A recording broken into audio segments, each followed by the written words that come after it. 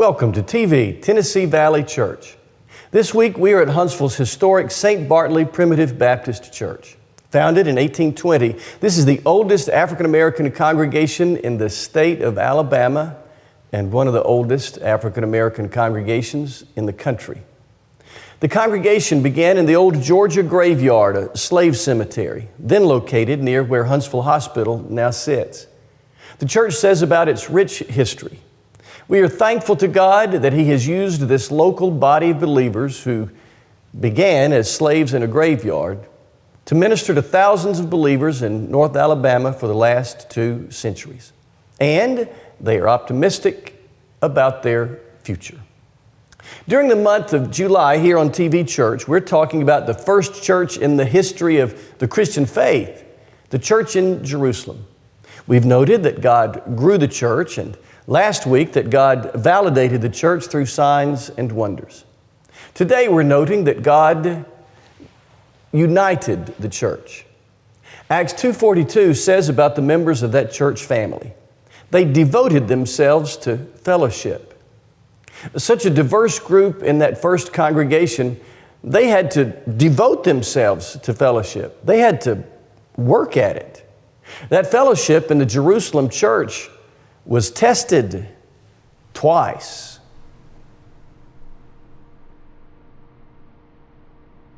First, a dispute arose over fairness. We find that in Acts chapter 6. To sum up, widows in the church who had grown up outside of Palestine, what we would call the Holy Land today, felt like they were being treated differently than the widows who had grown up in Palestine. The non-Palestinian widows were being treated unfairly in the church's ministry of food distribution. It was a clash between the from-heres and the come-heres.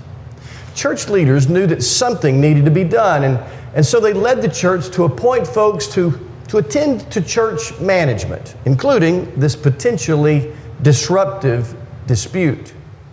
And they came together in unity. Their fellowship was tested again, as we read beginning in Acts 11. This time the test was race or ethnicity. Remember, at the time, the only church in the world was the church in Jerusalem. But then, up in Antioch, some people who had migrated from Jerusalem started a different kind of church, doing different kinds of things, reaching different kinds of people. That caused a great deal of controversy back in the mother church in Jerusalem. The conflict was so severe, they had to have a come to Jesus meeting. After a great deal of heated discussion, James, the leader of the Jerusalem church and whose authority they respected in Antioch, said, "This is how it's going to be. We're not going to make it hard for a person who isn't like us to become one of us." Again, they chose fellowship. They stayed together and hammered out a sense of unity despite their diversity. However, today the church with a capital C, the universal family of Jesus followers, is divided in a number of ways.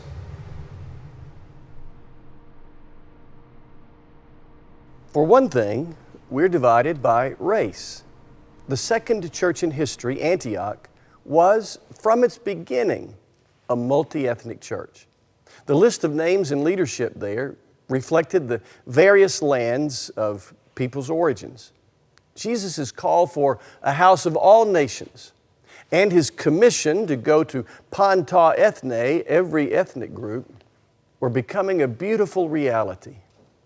It wouldn't be long, in fact, until Paul would write to the ethnically diverse church at Colossae, "There are all kinds of folks here, but we don't see each other as Gentile or Jew, circumcised or uncircumcised, barbarian, Scythian, slave or free, but rather," he wrote, "we are all one in Christ Jesus." That was beautiful. But we lost something along the way. Our ethnocentricity, everybody's tendency to think our particular ethnic group is the center of everything, took over. And today the church is divided. You may have heard the common saying, Sunday morning is the most segregated time of the week in America, and it's sadly true. Some churches have done well in integrating, and I applaud them, but there aren't many of us. I dream of desegregated churches like Antioch was from the very beginning, and like Jerusalem eventually became. Like that church in Colossae, where there were Jews, Gentiles, barbarians, and Scythians, all one church family. I long for that. But the church, the Christian family, is divided by race not only in our places of worship. We're divided in other ways too, from where we live, to our networks of friends and co-workers, to the opportunities we have. And we simply cannot let ourselves be content with being divided. If you are a Jesus follower, would you reach out to someone whose ethnicity is different from your own? Invite them to a meal. Invite them to tell you their story. Invite them into your social circle and your vocational network. Invite them to your church. And don't just open your heart, open your mind to look at things differently. I believe with all my heart that it does not honor God to have His children separated by color.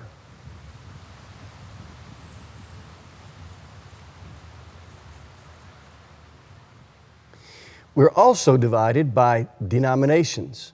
Depending on how you count, there are several hundred or as many as several thousand Protestant Christian denominations in the United States alone. Methodists, Baptists, Presbyterians, Lutherans, and so on. And of course, there are independent and non-denominational churches as well as our Orthodox and Roman Catholic brothers and sisters. Truth is, we Christians have not always treated our brothers and sisters of other denominations very well. Back in the Middle Ages, there were major wars between Catholics and Protestants, and between Lutherans and Calvinists. We might not be fighting wars anymore, but sometimes we're not very charitable to each other. We're sometimes like the disciples who, as recorded in Mark 9, told Jesus, "We saw someone driving out demons in your name, and we told him to stop because he was not one of us." Jesus responded, "Whoa now, if they're not against us, they're for us." And in John 10, Jesus spoke of, quote, "other sheep that are not of this sheep pen," unquote. Some Christians seem to think that if other sheep don't bleat like they do, or have the same wool they do, or have the same brand as they do, they're not Christ's sheep at all. Now, it's true that Jesus said, "Not everyone who says, 'Lord, Lord,' will enter the kingdom of heaven." I understand that. I'm just saying it's not our job to decide who's in and who's out, or who's a sheep and who's not. It's getting better, thankfully, but we still can make sure we don't belittle people who are in a different branch of the family tree. I'm not talking about glossing over our differences. And I understand why sometimes differences are so deep and so distracting that it's best even for people within the same denomination to go their separate ways. I just wish we weren't so splintered and fractured and so often disrespectful of each other. Bottom line, let's treat sheep from other sheep pens well, even when we disagree. In a few minutes, I'll be back with what I consider the heart of my message this morning: unity or disunity within an individual congregation.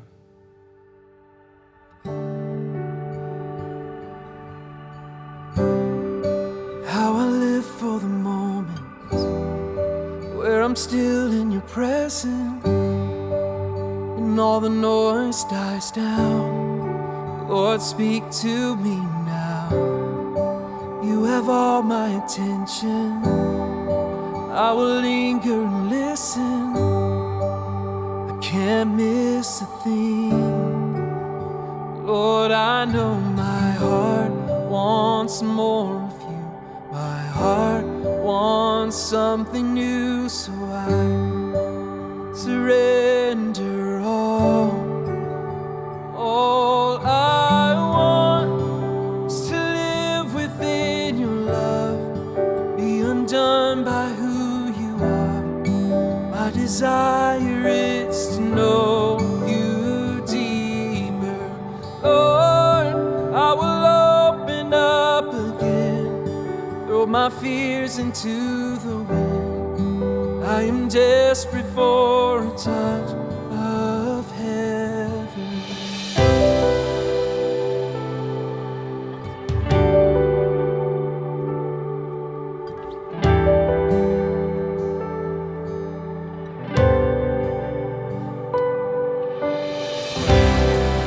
You're the fire in the morning, you're the cool in the evening, the breath in my soul, you're the life in my bones. There is no hesitation in your love and affection. It's the sweetest of all. Lord, I know my heart wants more of you. My heart wants something new, so I surrender all.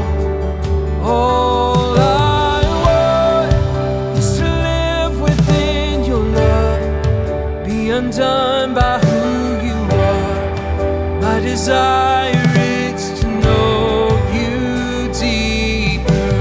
Lord, I will open up again, throw my fears into the wind. I am desperate for a touch of heaven.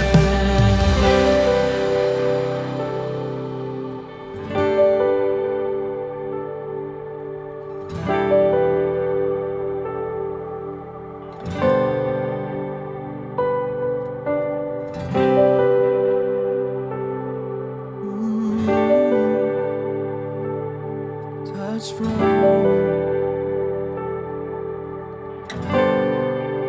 I open up my heart to you. I open up my heart to you now. So do what only you can. Jesus, have your way in me now. I open up my heart to you. I open up my heart to you now. So do what only you can. Jesus, have your way in me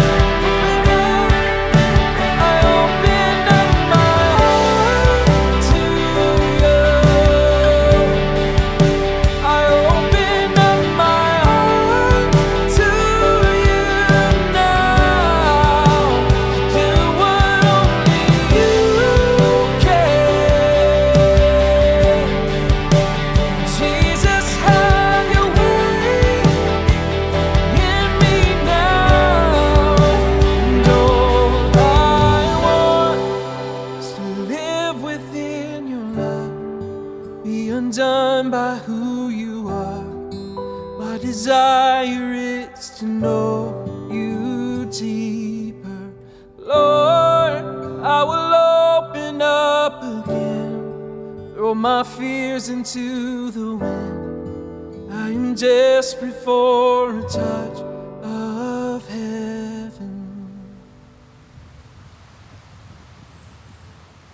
Welcome back to St. Bartley Primitive Baptist Church. The deacon, Bill Pendleton, joins us today. Thank you for inviting us into your church today. Glad to be with you. And Deacon Pendleton, St. Bartley is the oldest African American congregation in the state of Alabama and one of the oldest in the country. That is true. Tell us about the rich history you have here. St. Bartley was originally started in 1820 in a cemetery. That cemetery is now the location of Huntsville Hospital. There is a historical marker there that denotes the origin of our church. Bartley Harris was the second pastor for this church, and the church is named after him. Why was that? Bartley Harris had the reputation in the community of being a man of great integrity. Not only in the black community, but in the white community as well. He was very well respected, even so to the point of during the Civil War, when the Union soldiers invaded Huntsville, Huntsvillians who were very well situated and had valuables that they wanted protected, they entrusted those valuables to Bartley Harris, which he successfully did. After the Civil War, his reputation still continued to grow and grow to such a point that it was suggested that maybe he should be called Saint Bartley. Hence the name of the church, Saint Bartley. We have pictures of him holding baptisms Yes. in Big Spring Park in Huntsville. Yes. What a great thing. Yeah, during those times, the black churches didn't have modern facilities to hold services, so they didn't have baptismal pools there in their church. So they would only have baptism once a year in the month of May after the weather had warmed. All of the churches in the area would congregate together, and any new converts that they had during the previous 11 months, they brought to the one centralized baptism, which was held at what is now Big Spring Park. And in 1965, this was nicknamed The Brick, this building, which is also the name of your bakery coming to downtown Huntsville. Right, the name Big Brick had been associated with the church, even with the old church, because, and the way that came about was our church that was destroyed during the Civil War, that church was constructed of brick. At that time, certainly no other black churches were constructed of brick, so it became known as the Big Brick Church. Well, the church part fell away and the name Big Brick stuck, and to this day, here locally and nationally, St. Bartley is still known as the Big Brick. So one of the exciting things that we're looking forward to, St. Bartley has a nonprofit called the Bartley Bridge. Part of that Bartley Bridge, in the coming months, we hope to open a bakery, which will be in downtown Huntsville near the Civic Center. And the name of that bakery will be the Big Brick Bakery. And we look forward to that opening. Yes. Thank you, Deacon Pendleton. Thank you.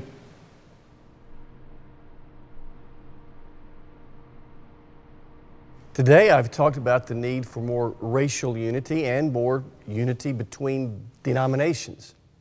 But what about unity within a particular congregation? Unity within a church is not always easy. If you've been involved in church over the years, you probably have lived through a church fight or two. Church unity has been particularly hard over the last 2.5 years.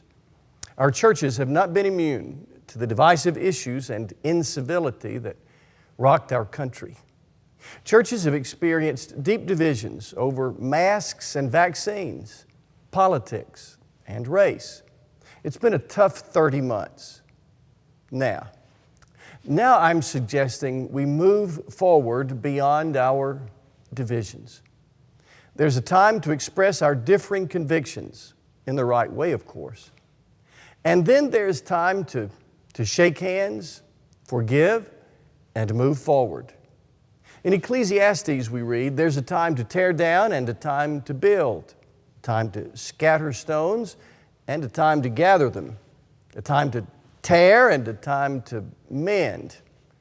Well, it's time to rebuild and regather the stones. It's time to mend. Don't misunderstand me. There will be issues and events that test a church's unity again. But this is a moment for regrouping and moving forward. Not to gloss over our differences, but to remember what we seem to have forgotten, that love transcends those differences. The Lucas Grove Baptist Church in Upton, Kentucky was the first wonderful church I got to serve as pastor. While I was there, we celebrated our 90th anniversary. In preparation for that, I waded through the minutes of the church looking for stories. I found one from the days when the first church house was being built, back in 1896. In that year, Jim Skaggs was a little boy going to school at the Lucas Grove School, which sat next to the land where the Lucas Grove Baptist Church was being built. He later wrote in church records that during school, he would sit and look out the window watching church members working on their new church building. I can just imagine the teacher now. Jimmy, you quit looking out that window and pay attention to the multiplication tables. When Jim Skaggs looked back through the years and wrote about watching the members build their church house, he noted, without explanation, that some of the members had on silver hats and some of the members had on gold hats. Why, I thought, was that such a big deal? Why would Jim Skaggs be so impressed that people with silver hats and gold hats were working together to build the church? Well, I looked into our nation's history and I found out in that year, 1896, there was a presidential race between William McKinley, a Republican, and William Jennings Bryan, a Democrat. There was a bitter struggle over whether U.S. currency would be based on silver or gold. Democrats said silver, Republicans said gold. It was a nasty division which split friends and families, and people wore hats proudly to display which side they were on. Little Jim Skaggs undoubtedly had heard the adults around him arguing about gold or silver. But here they were, people who felt so strongly about the issue that they came with their gold and silver hats on, sawing and hammering, handing each other tools and lumber, working side by side to build a church. People who felt strongly about an issue that could have divided them, yet who felt more strongly about the fellowship and the mission that united them. A strong church is made up of people who feel strongly about some issues that could divide them, yet who feel more strongly about the fellowship and the mission that unite them. It's time for those of us who love our churches, whether we wear silver hats or gold hats or red hats or blue hats or no hats, to join hands and to rebuild, to mend the fellowship that has been strained during this difficult time. My only suggestion is that when we come to church, we leave our hats at home.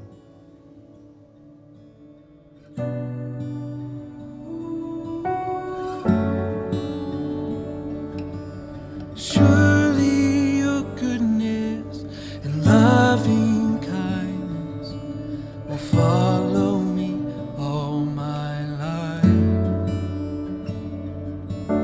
Surely your goodness and loving kindness will follow me all my life. You are my shepherd, I shall not want.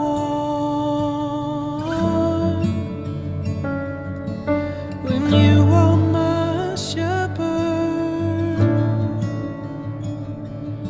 I shall not want.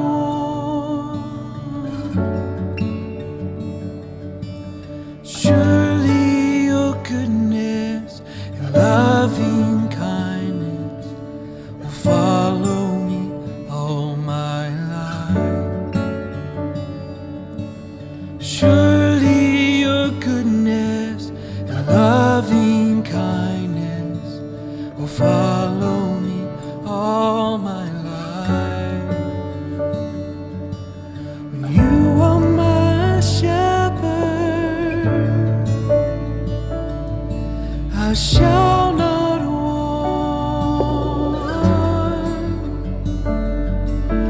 You are my shepherd, I shall not want.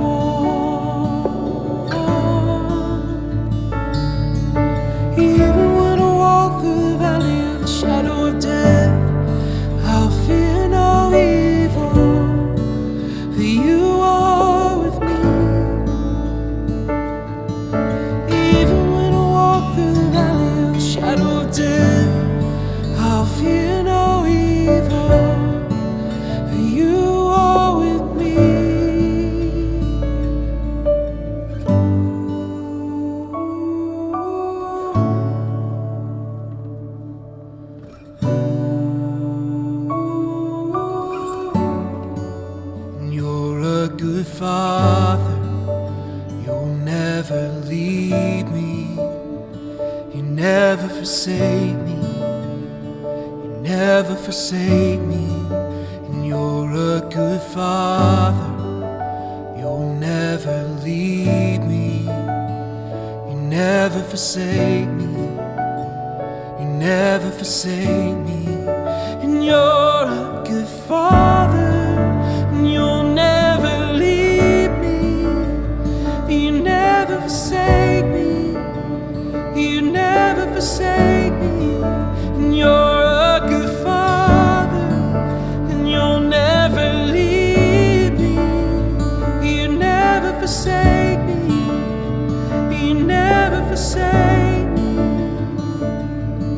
When you are my shepherd, I shall not want. When you are my shepherd, I shall not want.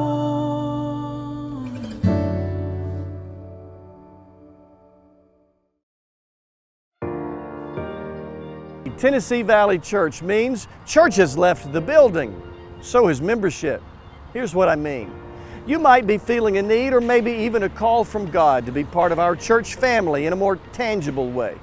If you're not able to join us physically here at 600 Governors Drive, whether because of distance, mobility, schedule, or some other reason, you still can be a member of First Baptist Huntsville.